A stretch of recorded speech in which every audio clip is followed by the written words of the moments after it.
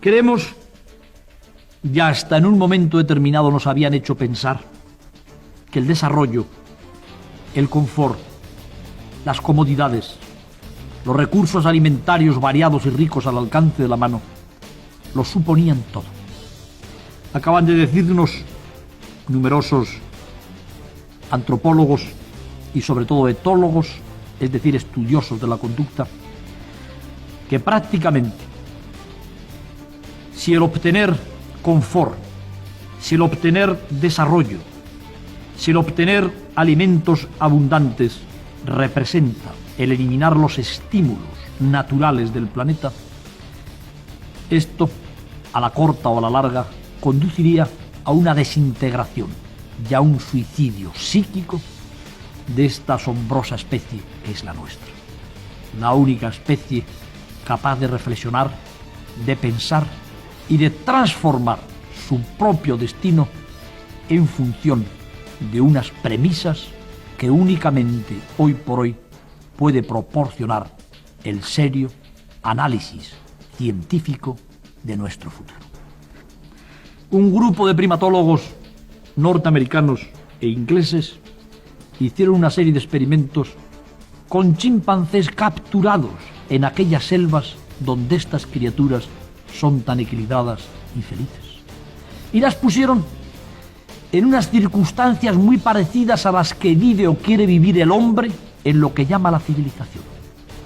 Desde muy pequeños, sin que tuvieran delante de ellos a sus mayores para imitarles, les encerraron en grandes y cómodos hábitats donde no había ningún problema alimentario de confort, donde disfrutaban de la temperatura óptima, donde tenían la comida óptima, donde no tenían ningún enemigo, donde no se les presentaba ninguna clase de problema. Lo único que no tenían aquellos pequeños chimpancés desarraigados de su comunidad e introducidos en una ciudad para chimpancés construida por los investigadores eran los estímulos naturales del medio en el que siempre han vivido los chimpancés. Les faltaba el susurro de la brisa en las copas de los árboles. Les faltaba el miedo que da la silueta del águila en el cielo. Les faltaba el canto del agua en el manantial debajo de la bóveda forestal. Les faltaba el brillo de las flores. Les faltaba el canto de los pájaros. Les faltaba todo lo que es el marco en el que han vivido los chimpancés durante los 25 millones de años en los que filogenéticamente se separaron de animales mucho más indiferenciados. No sé si conocen ustedes el resultado. Cuando aquellos chimpancés se hicieron primero adolescentes, después subadultos y luego adultos, empezaron a dar unas manifestaciones de conducta verdaderamente dignas de estudio y de observación. Para empezar, no eran limpios, eran todos muy sucios. Parece como si el estar enmugrecido, mugriento, permítanme la palabra, despeinados, fuera una especie de moda entre aquellos pobres desventurados. Se sentaban en un rincón de la jaula y pasaban horas y horas sometidos a asombrosas y tristes cavilaciones hasta que los cuidadores les llevaban las manzanas y los plátanos. Su aspecto se parecía mucho al de tantos jóvenes que se recluyen en negras y artificiales jaulas que eligen y que parecen sumidos también en tremendos pensamientos, pero que lo único que les pasa es que se aburren miserablemente. Cuando aquellos sucios chimpancés llegaban a la edad del desarrollo sexual, se volvían precoz e intensamente eróticos, pero eran casi incapaces de diferenciarse entre los machos y las hembras. La homosexualidad hacía estragos. Pretendían copular incluso con el cuidador de las jaulas. Algunos de ellos se enamoraron de las escobas, de los cubos de limpieza y de los barrotes de su prisión. El cuadro sexual se parecía mucho también al de algunas de nuestras modernas ciudades y sobre todo de sus suburbios. En cuanto a la disciplina, no existía ninguno.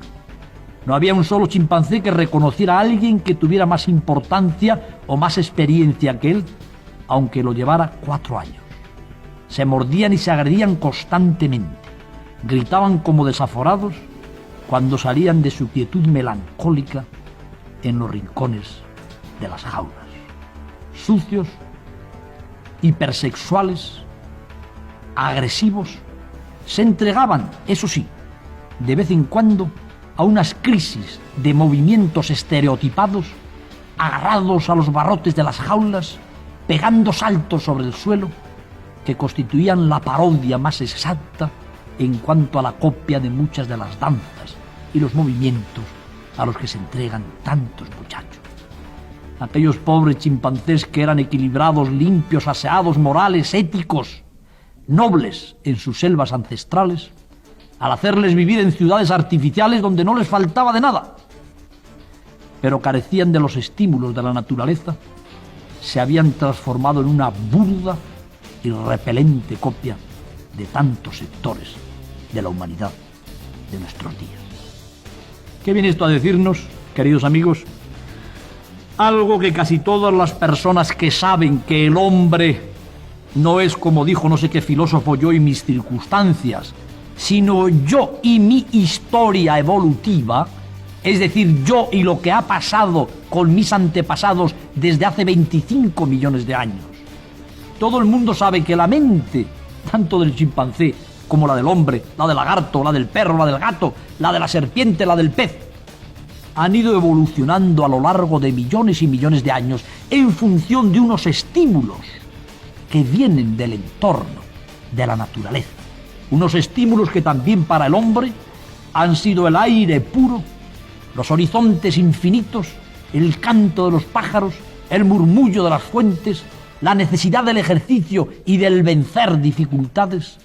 Y eso dio o ha dado lugar a humanidades equilibradas, más o menos admirables, pero que no estaban en el borde mismo de la desintegración. Acabo de leer hace unos días el resultado de estas convergentes observaciones entre antropoides y antropos, es decir, hombres. Lo que parece que pretende hacer la humanidad, como si estuviera abocada a un suicidio programado, es ir eliminando todos los estímulos naturales que quedaban. Que en un planeta donde todo sea un suburbio, por confortable que el suburbio sea, aunque cada ciudadano tenga un coche más largo que el de su vecino, una cámara frigorífica capaz de congelar todas las bebidas del mundo, un edificio climatizado que le permita vivir prácticamente desnudo, la humanidad no podrá ser feliz. Se encontrará en el mismo caso que aquellos desventurados chimpancés que fueron arrancados de la selva hostil e introducidos en una fácil y confortable ciudad para monos.